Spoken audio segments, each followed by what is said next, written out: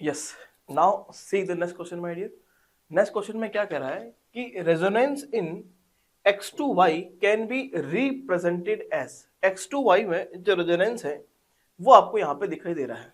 क्या है भाई?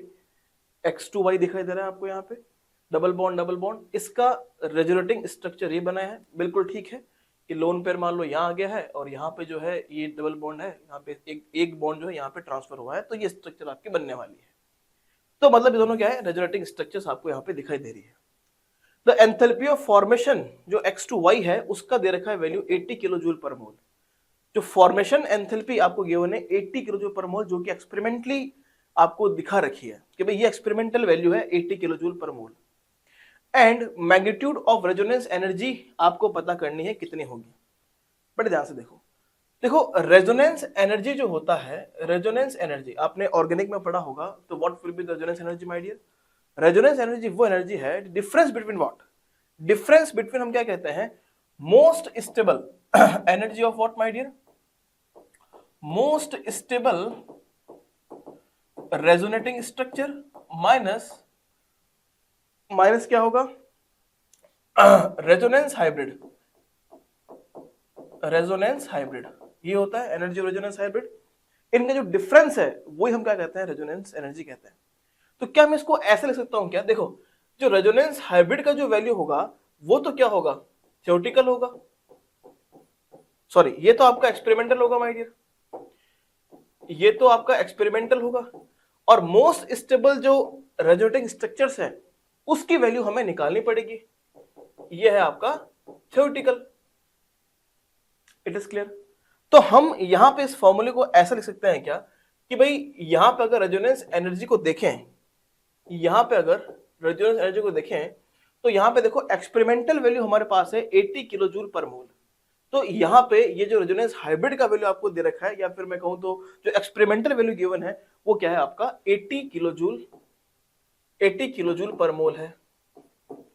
हमें निकालना क्या है, हमें निकालना है मोस्ट स्टेबल रेजोनेटिंग स्ट्रक्चर का जो आपका एंथैल्पी है वो हमें निकालना है, ठीक है। और वो क्या होगा आपका, कैलकुलेटिव होगा, या हम कह सकते हैं वो क्या होगा, थ्योरेटिकल होगा। It is clear?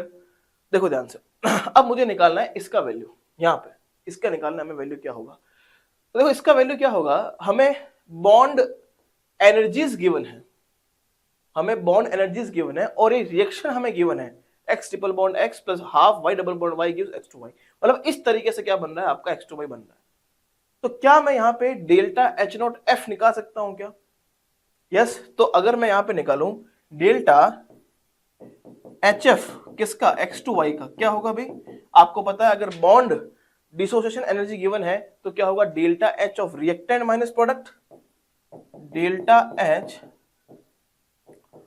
Of reactant minus delta H of what, product, delta H F reactant minus delta H F क्या होगा आपका, प्रोडक्ट का होगा।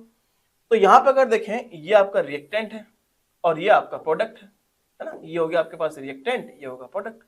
तो अगर मैं रिएक्टेंट को देखूं तो यहां पे मुझे एक तो तोड़ना पड़ेगा x ट्रिपल बॉन्ड x, और x ट्रिपल बॉन्ड x के लिए एनर्जी कितना गिवन है 940, तो ये तो हो गया 940 plus y double bond y का आधा, तो y डबल बॉन्ड y इसका कितना दे रखा है एनर्जी, देखो 1 2 3 1 2 3 500 दे रखा है, तो ये हो गया 500/2।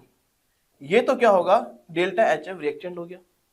माइनस अगर मैं प्रोडक्ट की बात करूं x2y की, तो x2y यहां पे आपको दिखाई दे रहा है, x डबल बॉन्ड x का मुझे एंथैल्पी गिवन है 410 और y डबल बॉन्ड y का भी गिवन है। देखो इसको भी ले सकते हैं, लेकिन यहां पे अगर देखें तो x सिंगल बॉन्ड y का मुझे एनर्जी गिवन नहीं है यहां पे, है ना। तो मोस्ट स्टेबल मुझे इसे ही मानना पड़ेगा और इसका मुझे एंथैल्पी निकालना पड़ेगा। तो कितना होगा देखो प्रोडक्ट का x टू y का, तो x डबल बॉन्ड x का कितना है देखो, second number 410 plus x double bond y का कितना है, x डबल बॉन्ड y है आपका 602, ये हो गया 602। ये हो गया आपका delta H F of X two Y, ये है formation enthalpy of X two Y. Clear? और वो भी कौन सी, थ्योरेटिकल हम कह सकते हैं।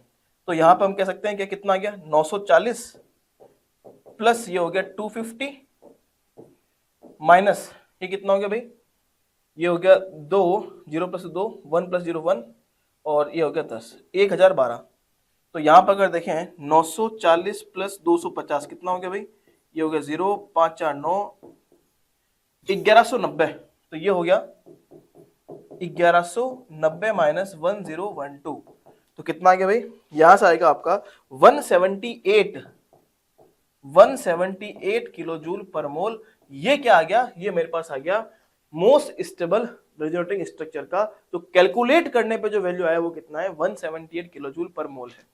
पुट कर दो यहाँ पे 178 किलो जूल पर मोल, माइनस कर दो 80, तो what will be the resonance energy, कितना आएगा 8 7 17 में से 8 गया आपका 9, 98 किलो जूल पर मोल will be the resonance energy of this particular X2Y resonating structures. ठीक है, तो यहां से इसका आंसर कितना आ गया, 98 is the correct answer for this particular question.